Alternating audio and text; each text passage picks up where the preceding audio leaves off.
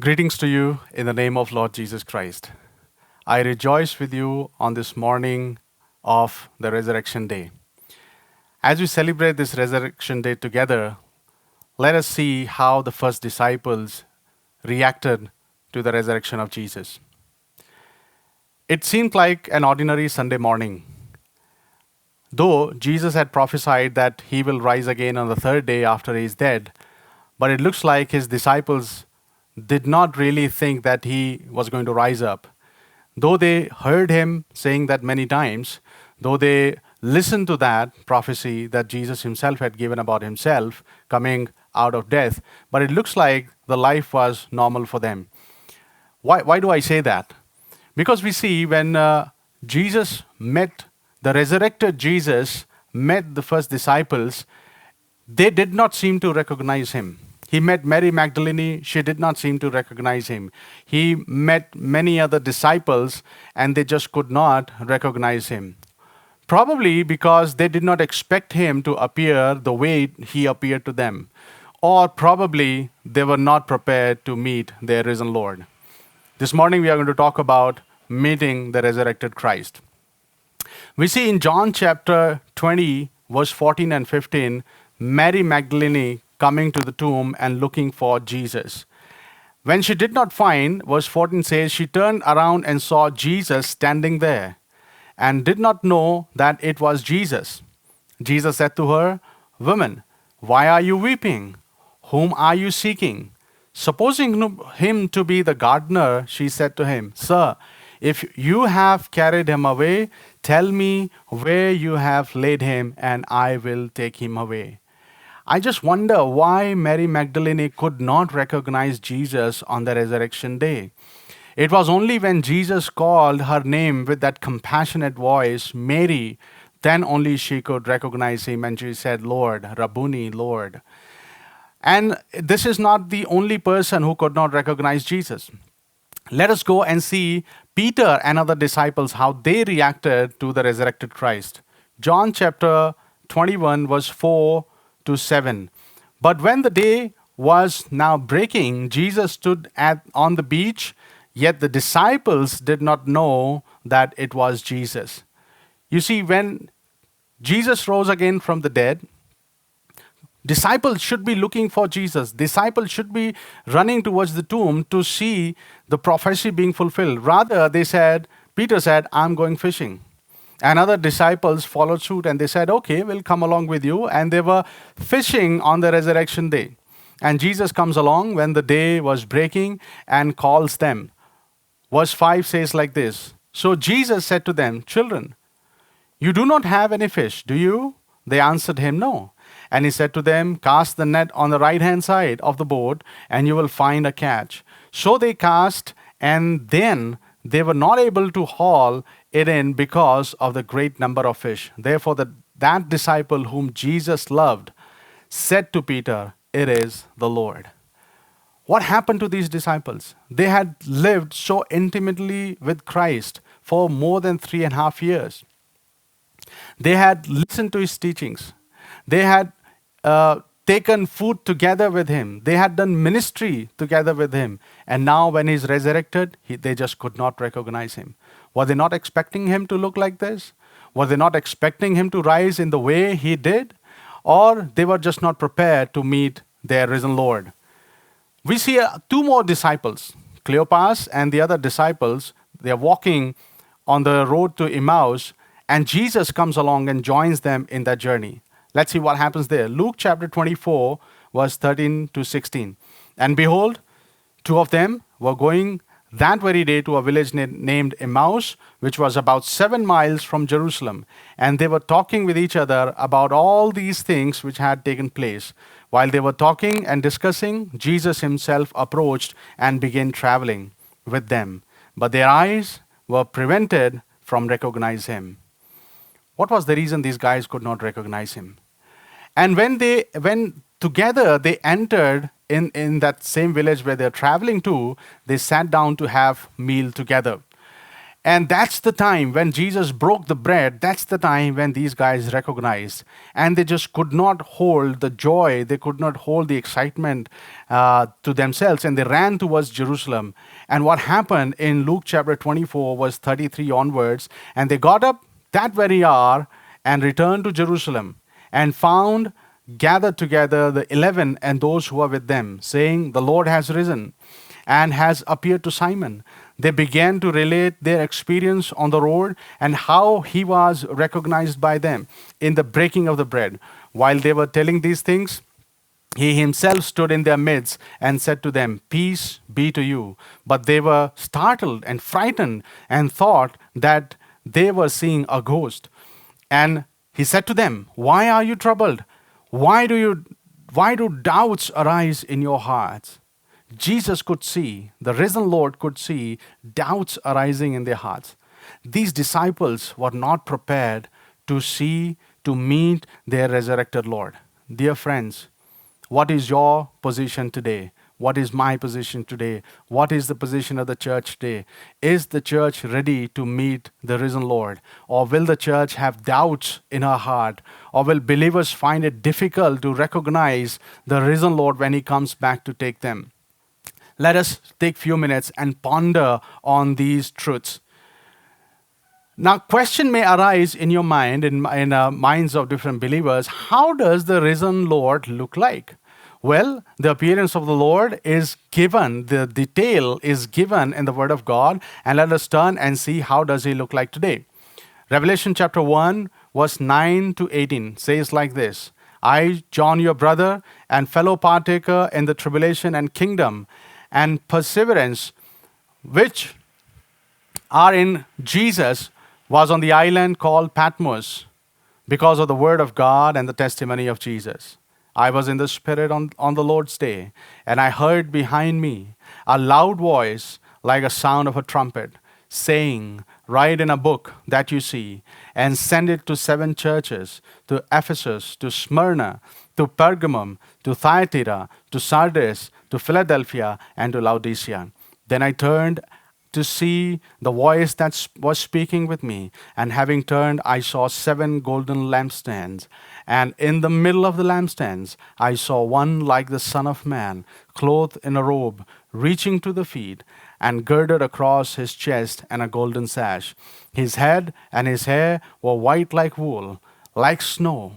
His eyes were like a flame of fire. His feet were like burnished bronze when it has been made to glow in a furnace.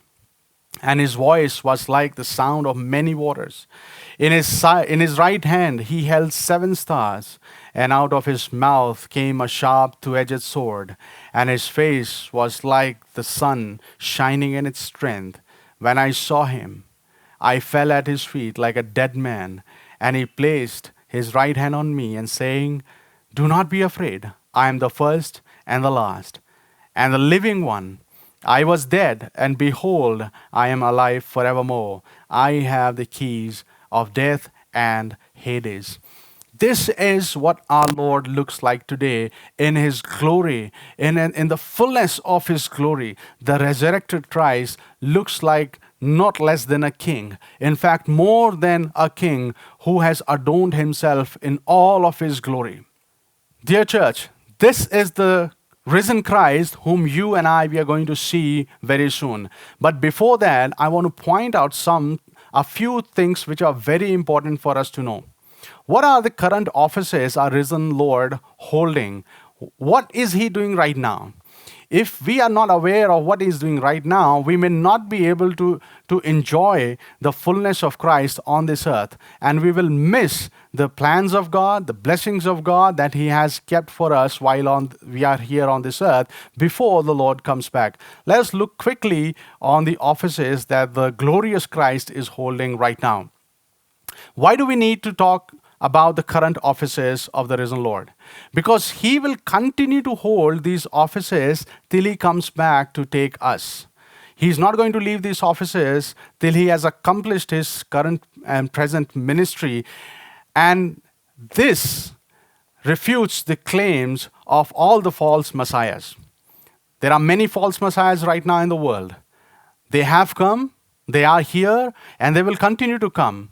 And that is why we need to see the current offices of Jesus, that he is not here on this earth right now. He is there with the believers with his spirit, but he is holding his offices in heaven. And that refutes all the claims of the false messiahs on this earth. Let's quickly look at all these offices in a short while. Number one, the mediator of the new covenant. Hebrews chapter 9 verse 15 says like this: "For this reason, he is the mediator of a new covenant, so that since a death has taken place for the redemption of the transgressions that were committed under the first covenant, those who have been called may receive the promise of the eternal inheritance." My dear friends, nobody can hold this position. He is the mediator of the new covenant. What does it mean? He is the mediator between God and you, between God and the human race. And no other false Messiah can take this place. No other person on this earth can take this place. Only your resurrected Christ can do so. Number two, he has entered in the Holy of Holies as our forerunner. Hebrews chapter 6, 19 to 20 says like this: "This hope we have as an anchor of the soul, a hope both sure and steadfast, and one which enters within the veil, where Jesus has entered as a forerunner for us, having become a high priest forever according to the order of Melchizedek." Nobody else has entered the Holy of Holies in the heaven. It's only your resurrected Christ. He has done so. Why? He has gone there as a forerunner. What's the purpose for him to be there as our forerunner? Number one, to obtain eternal redemption. Hebrews chapter 9 verse 11 and 12 says like this: "But when Christ appeared as a high priest of good things to come, he entered through the greater and more perfect tabernacle, not made with hands, this is to say, not of this creation." Verse 12, "And not through the blood of goats or calves, but through his own blood, he entered the holy place once for all, having obtained eternal redemption." The work that Jesus completed on the cross was proved by his resurrection and was sealed by his entry into the Holy of Holies. Not with the blood of goats, not with the blood of animals, with his own blood. That's what the resurrected Christ has done. And no false Messiah can do that. No other person can do that for you and I. Next reason why he entered as a forerunner: to prepare a place for us. Remember, John chapter 14, verse 1 and 2, Jesus said to his disciples, "Do not let your heart be troubled. Believe in God. Believe also in me. In my Father's house there are many dwelling places. If it were not so, I would have told you. For I go to prepare a place for you." Your resurrected Christ has gone there to prepare a place for you. Another reason he entered as a forerunner was to release gifts to men. First of all, he sent the Holy Spirit. We read in John chapter 14, verse 16 and 7. "I will ask the Father, and he will give you another helper, that he may be with you forever. That is the Spirit of truth, whom the world cannot receive, because it does not see him or know him. But you know him, because he abides with you and he will be in you." This is what the resurrected Christ has done for you. Another thing that he released was another spiritual gifts which he had planned for his believers, for the church. We read in Ephesians chapter 4, verse 7 and 8. "But to each one of us grace was given according to the measures of Christ's gift. Therefore, it says, when he ascended on high, he led captives, a host of captives, and he gave gifts to men." That was another reason why Jesus entered into Holy of Holies. He was ascended on high to give gifts to men. The next office he holds right now is our high priest. And as a high priest, he has twofold responsibility that he is fulfilling right now. Number one, he offers intercessory prayers for us. We read in Romans chapter 8, verse 34. "Christ Jesus is he who died, yes, rather who was raised, who is at the right hand of God, who also intercedes for us." Dear friends, right now, Jesus is holding this very important office and he's interceding for you. He's interceding for me. He's interceding for his church. He's interceding for the whole world. And we see another part of this in Hebrews chapter 7, verse 24 and 25. It says like this: But Jesus, on the other hand, because he continues forever, holds his priesthood permanently. Therefore, he is able also to save forever those who draw near to God through him, since he always lives to make intercession for them. Dear friends, why am I bringing all these offices to you? Because there are many false messiahs in the world. As the coming of the Lord is near, Jesus said, false messiahs will come. They will claim to be messiahs. He said, if you hear them saying, he is there, he is here, do not go after them. Before the coming of the Lord, before the coming of the resurrected Lord, deception will reach its limits. And many Christians, many chosen ones will be deceived. And that is why I want you to understand that our resurrected Christ is holding these positions right now. He will continue to hold these positions till he comes back to take his church. And that is why you need to be saved, protected, and stay protected from the deceptions that are going to take place and are already taking place. The next responsibility as a high priest he's holding is he's advocating for us. 1 John chapter 2 verse 1 says, My little children, I am writing these things to you so that you may not sin. And if anyone sins, we have an advocate with the Father, Jesus Christ the righteous. The same Apostle John in chapter 1, he writes, if we commit sin, we can come to God and ask forgiveness. He is there as our advocate right now. These are the offices that Jesus is holding right now in heaven. But remember, we started talking about meeting with the resurrected Lord. And the same resurrected Christ is going to come back. How is going to come back, we'll see quickly. He's going to come back to usher the church into the heavenly abode. Revelation chapter 1 verse 7 says like this: Behold, he is coming with the clouds, and every eye will see him, even those who pierced him, and all the tribes of the earth will mourn over him. So it is to be. Amen. 1 Thessalonians chapter 4 verse 16 and 17 says like this: For the Lord himself will descend from heaven with a shout, with the voice of the archangel, and with the trumpet of God, and the dead in Christ will rise first. Then we who are alive and remain will be caught up together with them in the clouds to meet the Lord in the air, and so we shall always be with the Lord. Deception will rise. Deception will continue to come and enslave people. Satan is going to do his best to deceive the weak members of the church by saying that Jesus has already come back. We already see in the world, there are many messiahs who say, I am the one. Jesus could not finish his work. He was not the last Adam. He was not the true Messiah. And that is why I have come. But remember, dear friends, the Bible says your resurrected Christ is going to come in clouds. He's not going to hide somewhere. He's not going to be born as a baby anymore. He's going to come as a risen Christ, as a glorious Christ. He's going to come in clouds to take you and I from here. And when he's going to appear, he's not going to deal with sin. That's what the claim is made by many false messiahs, that Jesus could not complete the work regarding sin, and that is why they have come to do so. Let's see what the Bible says in Hebrews chapter 9, verse 27 and 28.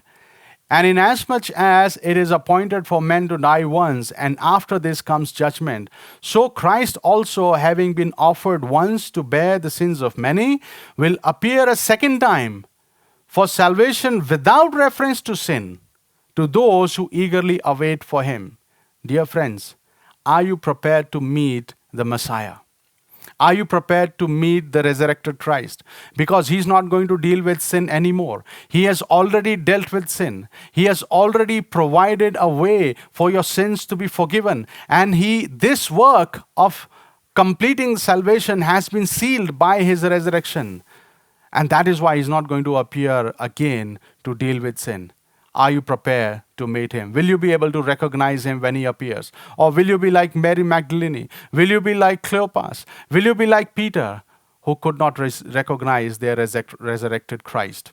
He is also going to appear as the destroyer of the evil forces. We read in Revelation chapter 19, verse 11, "And I saw heaven opened, and behold, a white horse, and he who sat on it is called the faithful and true. And in righteousness he judges and wages war." That's going to be the final war where evil will be destroyed forever, where Satan and his forces will be destroyed forever. That's the resurrected Christ you and I worship. Last but not the least, he's going to appear as the judge of the whole world. We read in Acts chapter 17, verse 30 and 31. "Therefore, having overlooked the times of ignorance, God is now declaring to men that all people everywhere should repent, because he has fixed a day in which he will judge the world in righteousness through a man whom he has appointed, having furnished proof to all men by raising him from the dead." My dear friends, he's going to appear as the judge of the whole world. And when he will judge, we will have no answer if we have not believed on his finished work. Now, the decision lies on you. The decision lies in the hands of the world. How are you going to face your resurrected Christ? How are you going to meet this resurrected Christ? As a church, will you be able to recognize him? Jesus said, "As the lightning shines in the sky," and everyone is able to see that. That's how the coming of the Son of Man will be. Will you be able to recognize him? Will you be deceived by the deceptions of the false messiahs, or will you be able to recognize your resurrected Christ? And those who have not yet believed on Jesus and on his finished work, I want to ask you, how do you want to meet this Jesus? Right now, the opportunity is there to meet him as the Savior of the world, as the mediator of the new covenant, as we have just seen. And it is the time for him to come in your life. That's the opportunity you have right now.